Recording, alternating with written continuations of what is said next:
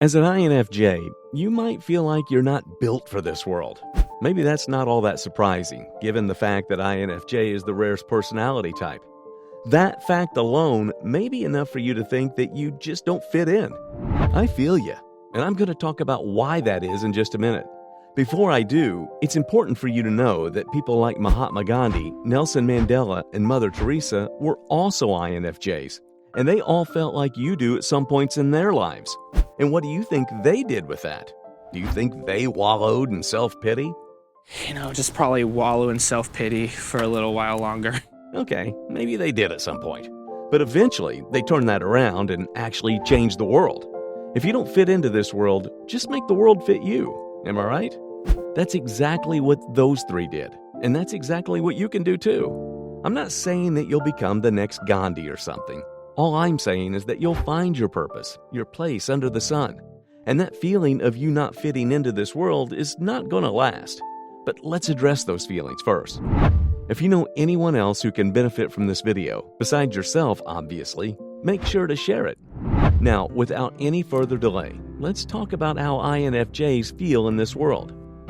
Sure, I did mention that Gandhi, Mandela, and Mother Teresa were all INFJs. But that doesn't change the fact that the reality is tough for INFJs. As an INFJ, you're often seen as out of touch and basically like someone who just doesn't fit into this world. But that's only because you're unique and misunderstood. And I'm not saying unique in a way that everyone thinks of themselves these days. No, I mean really unique. Someone who sees the world through a unique lens, analyzing and considering events from multiple angles. Unique in a sense that you have an uncanny ability to read between the lines and see what lies beneath the surface.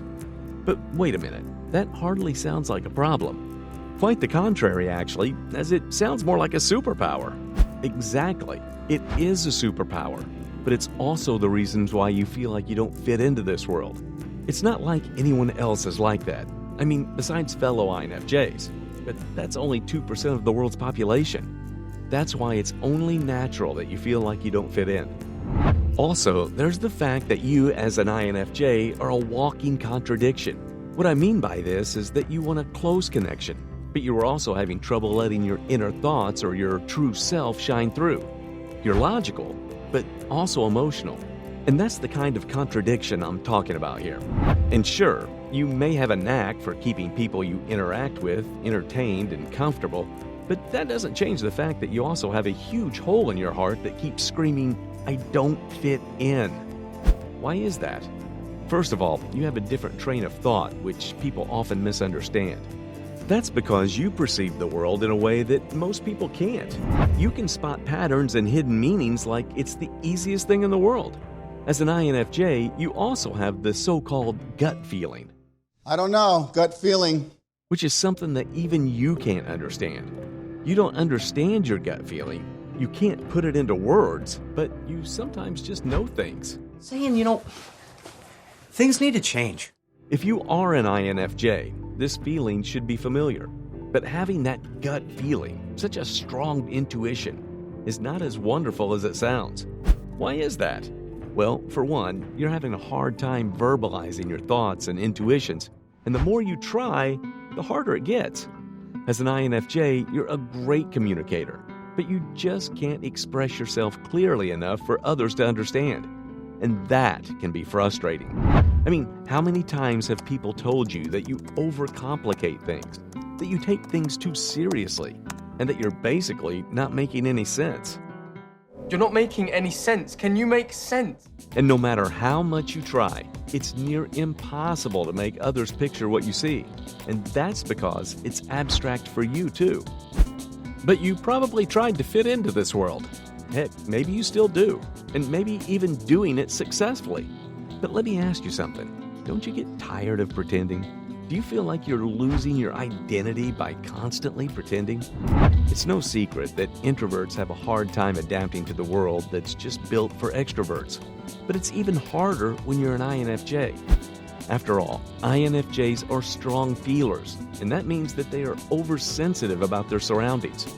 It's because of that they quickly pick up the mood of the environment, or a vibe, if you will, and they have a drive to keep it harmonious and peaceful. By the way, when you heard the words harmonious and peaceful, who was the first person that came to mind? If it was Gandhi, a fellow INFJ, you're not alone. Basically, INFJs have the strong desire to keep everyone around them happy. So much so that they sometimes lose touch of who they really are. They're trying so hard to avoid conflicts by being diplomatic and agreeable, which is why they're often perceived as people pleasers.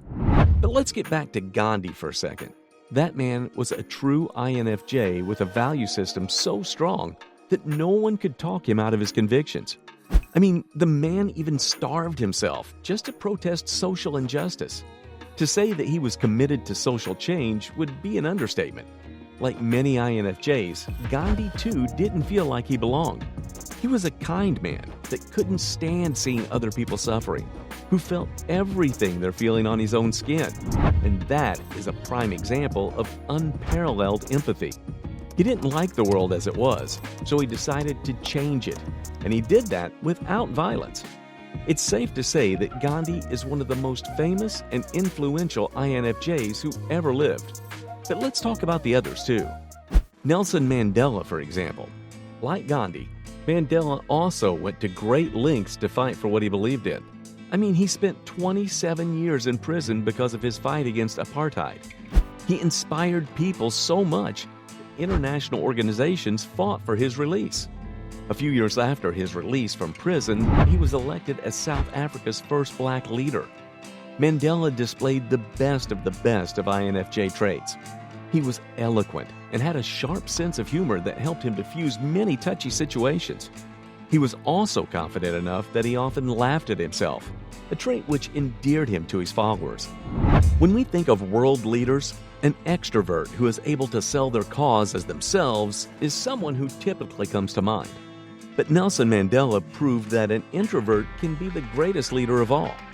Speaking of Mandela, let's talk briefly about what makes INFJs great leaders. First, there's their innate ability to empathize. Then there's a strong interest in people and society in general.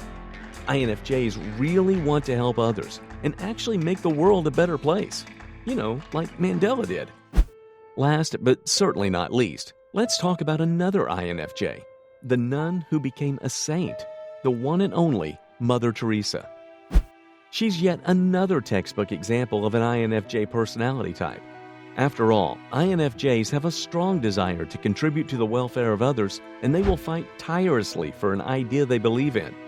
They may be decisive and strong-willed, but they will rarely use that energy for personal gain. This all sounds like the very description and work of Mother Teresa. She used these three traits for doing what she believed to be the work of God. She treated everyone with compassion and helped people regardless of their social status or religious beliefs. As a result, she helped millions of people who were suffering from disease, poverty, homelessness, and starvation.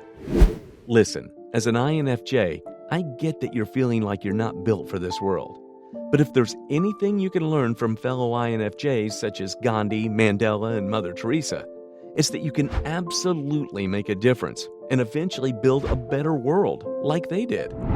And in doing so, you might want to unite with other INFJs. To learn what happens when INFJs unite, click on this video that we did on the topic. Also, subscribe to our channel with notifications so you never miss a video from us. See you next time.